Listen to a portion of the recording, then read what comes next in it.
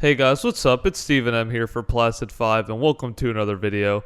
Today I'm going to be discussing a new theory for one of my favorite shows, Mr.Robot, which recently entered its second season and is now on its third episode, fourth today because it's Wednesday and it's going to be a new one tonight. Before I start the video, I'd like to say that there will be spoilers because I'm giving information about this new season. If you haven't even watched the season or the show, I'm definitely going to be spoiling things. So definitely catch up. Great show, and come back and check out the video if you haven't. Thank you for watching, of course. But without further ado, let's begin. I'm going to be talking about the prison theory, which is a theory revolved around the idea that Eliot, upon the beginning of season 2, is actually in prison. Or psychiatric care, whatever, but he's enclosed somewhere in a government, like a prison, of course. So, and there's evidence to support this. The original creator of the theory, I'm sorry, I don't know who he or she is, but I appreciate the creative mind and observation to make this theory happen. So that's always appreciated. So without further ado, I'm just going to break it down and say some things that I've discovered as well along the way. So first off, at the very beginning of season 2, they're showing routine. But before that, I'm going to be talking about at the end of season 1, there's a knock on the door, and there's always left to a cliffhanger. And some people are saying that knock on the door was the police or some government agents sent to take him away, to send him to prison. He's been caught for hacking and all this stuff. So that could explain some of it. It's a little bit shaky as there is no information on what happened there, and it's still cliffhanger, but it's still possible that could, he could have been taken there. But second evidence is the crux of this all, the pattern, the routine he states at the beginning of season 2. I'm going to be breaking down every element of his routine and how that has to correlate with the prison. So number one thing you see of his routine is he wakes up in the morning, and he wakes up in a room. He lives in his mom's house right now, and he's in what seems like a guest room or a normal room, and it's plain, it's white, it's small, almost cell-like, not much light, and he essentially just has a desk, a bed, and a journal to write in, exactly like you would be in a prison. You would have a cell, of course, you'd have a bed, and a journal just to write your thoughts in and such, and that's it, really just plain. His mom enters the room and says, time to wake up, or later on she says, time to go to sleep. It's enough. She's like a warden-like figure, like in a prison. You'd see a warden-like figure overlooking the prisoners. Finally, after that, you see him go do laundry. In the laundry, there was an interesting catch somebody caught, which was an orange type of clothing seen in the laundry basket. And that mirrors a prison jumpsuit that you'd see the prisoners wear.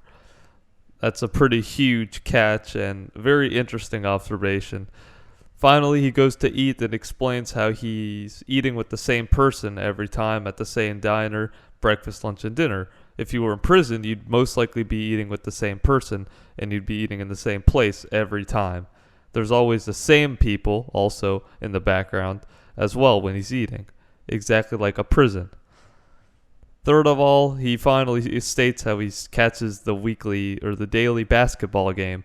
Same people on the bleachers, same people playing basketball, and behind him is a gate. And that kind of resembles or symbolizes the enclosement that he's in, a prison facility. And that would, of course, be the courtyard of the prison where he's at. He says he visits religious groups weekly. Now, this could just be the simple Bible groups or religious groups that they offer for the prisoners. And then a certain scene in the second episode, I believe, or the first episode, he's walking through the neighborhood, which you would think probably, wow, that counters this theory. I thought he was like enclosed. He's walking down the neighborhood freely. But I'm saying that the houses are identical. I saw them as identical and almost like cells. They were mirroring each other, almost like cell blocks. How identical they were. So that could just be symbolism right there. As far as the routine goes, he also states, I'm not sure if he states this, but it could also be metaphorically he's imprisoned in his own mind. You know, he's trying to fight his way out of his own mind. So that's theoretically kind of speaking there. And third of all, I found out that, or I didn't find out, but I noticed how all the other characters talk about him. They talk about him in kind of like a shushed manner, like they know where he's at, but they don't want to flat out come out and say it. Darlene says he's under the radar. The therapist says she kind of went out of her way to talk and she accepted the offer to be his therapist as if he were a prisoner. She was kind of hesitant. While Eliot is talking in the therapist's office, Eliot says, Darlene visits occasionally, which could be like the daily visits and such that is offered in a prison. And then one of the I forgot what his name is, the hacker, long hair, glasses, kind of the more bigger one. He says the current state Eliot's in, and that's a big giveaway too. He's kind of talking about how he, not mentally but also physically, he could just be locked in and closed, the state he's in. And finally, as I noticed, Eliot, upon later on in the season, or later on in the episode, he's talking on the phone and he's turning around. You know, he's looking around his back, make sure nobody's watching him. He's trying to be like hesitant, kind of like he's trying to be quiet. And that could be like the guards looking at him, like he's doing his weekly phone call and he doesn't want to be heard and stuff like that. So all these are little things I've caught and other people have caught. I'm kind of summing it all up in one video, and we don't know what's to come. They could show even more, and there's always clues and always things to be observed in Mr. Robot. So that's the theory. That's kind of stuff I picked up on and other people have picked up on, all summed up in a video. And if you have any other things you found or observed or any theories, I'd love to hear it down below. Please comment below. Always appreciate that. But yeah, that's about it.